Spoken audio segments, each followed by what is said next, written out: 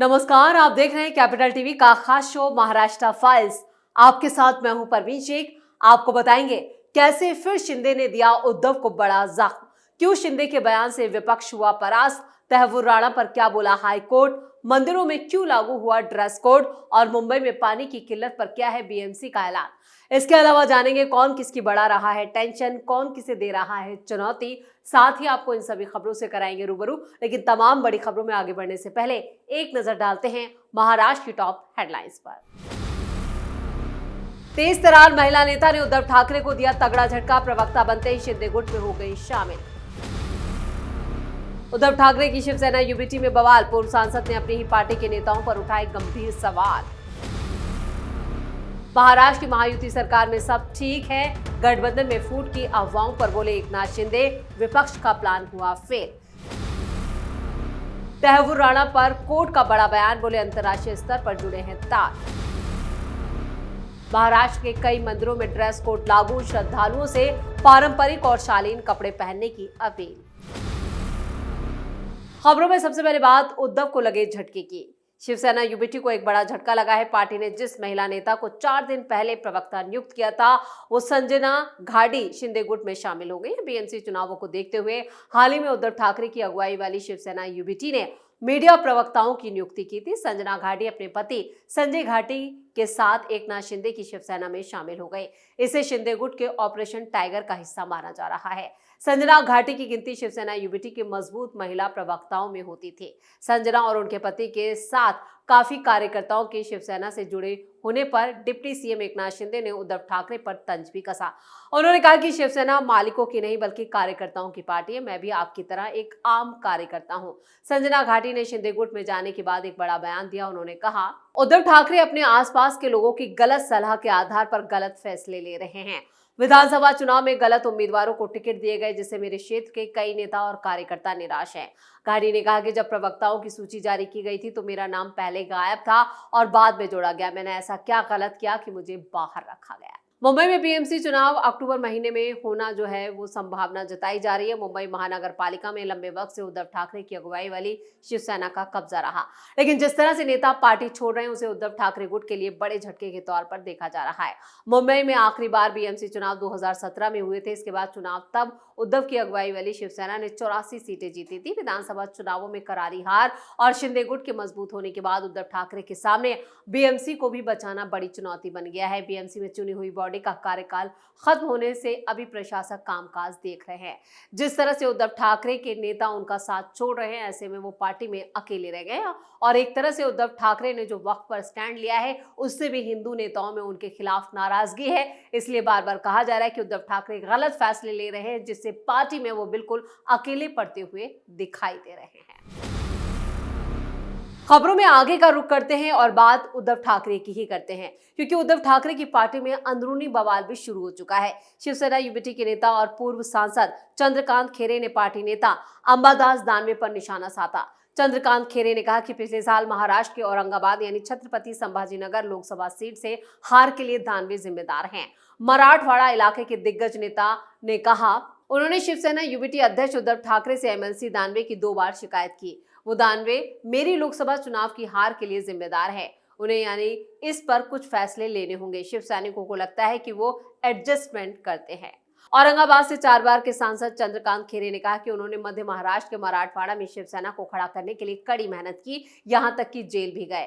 ये भी दावा किया कि अप्रैल मई 2024 में हुए लोकसभा चुनाव के दौरान उनसे सलाह किए बिना टिकट बांटे गए और 6 महीने बाद हुए विधानसभा चुनावों में छत्रपति संभाजीनगर जिले में पार्टी का एक भी उम्मीदवार नहीं जीता। छत्रपति संभाजीनगर जिले में आधा दर्जन विधानसभा सीटें हैं। खैर की टिप्पणी पर प्रतिक्रिया देते हुए अंबादास दानवे ने कहा कि पूर्व सांसद एक सीनियर नेता है और वो कोई भी कार्रवाई करने के लिए आजाद है। छत्रपति संभाजीनगर की 2 सीनियर शिवसेना यूबीटी नेताओं के बीच मनमुटाव विपक्षी पार्टी के लिए अच्छा संकेत नहीं माना जा रहा। मराठवाड़ा का प्रवेश द्वार माना जाने वाला ये जिला कभी शिवसेना का गढ़ हुआ करता था। हालांकि खैर 2 बार 2019 और 2024 में लोकसभा सीट से हार गए। दानवे भी पिछले साल छत्रपति संभाजीनगर से लोकसभा चुनाव हार चुके हैं, लेकिन ठाकरे ने उनकी बजाय खैर को चुना। डिप्टी सीएम एकनाथ शिंदे की शिवसेना के संदीप बुमारे ने छत्रपति संभाजीनगर लोकसभा सीट से जीत हासिल की है। आपको बता दें कि वक्फ बोर्ड पर जो स्टैंड रहा है उद्धव ठाकरे का, उसको लेकर भी एन कैन प्रकारेण बहाने बनाए जा रहे हैं, यानी हिंदू नेताओं में इसको लेकर काफी नाराजगी है। इसलिए अब पार्टी के अंदर से ही उद्धव ठाकरे के खिलाफ आवाज तेज हो चुकी है, यानी बीएमसी चुनाव आते आते तक उद्धव ठाकरे पार्टी में बिल्कुल अकेले रहने वाले हैं और इसकी संभावनाएं जताई जा रही है कि ये पार्टी सिर्फ बाप बेटे की पार्टी बनकर रह जाएगी। खबरों में आगे बढ़ते हैं और बात एकनाथ शिंदे के बयान की। महायुति सरकार में फूट पड़ने की पिछले काफी वक्त से खबरें आ रही हैं और इसको लेकर डिप्टी सीएम एकनाथ शिंदे की शिवसेना और अजित पवार की एनसीपी के बीच मतभेद की भी खबरें आई। हालांकि एकनाथ शिंदे ने इसे सिरे से खारिज किया। उनका कहना है कि महायुति के अंदर फूट पड़ने की बात महज अफवाह है, इसमें कोई सच्चाई नहीं है। एकनाथ शिंदे ने कहा है कि गठबंधन में सब कुछ ठीक है और अगर कोई मुद्दा होगा तो उसे बातचीत के जरिए सुलझा लिया जाएगा।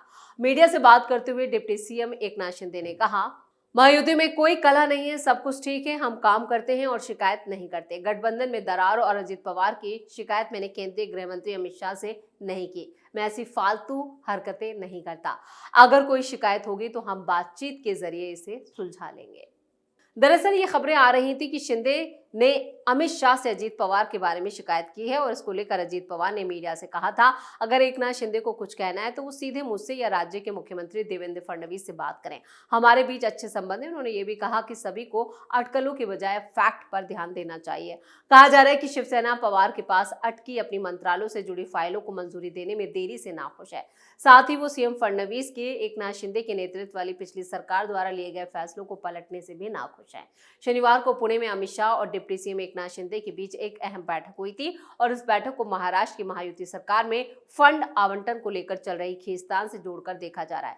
बताया जा रहा है कि शिंदे ने अमित शाह से वित्त विभाग से जुड़ी फाइलों की मंजूरी में हो रही देरी को लेकर चिंता जाहिर की थी। दरअसल वित्त विभाग डिप्टी सीएम अजित पवार के पास है और एकनाथ शिंदे का कहना है कि शिवसेना के मंत्रियों और विधायकों की विकास योजना की फाइलें लंबे वक्त तक अटकी रहती हैं, जिसकी वजह से जरूरी प्रोजेक्ट प्रभावित हो रहे हैं और उन पर काम नहीं हो पा रहा।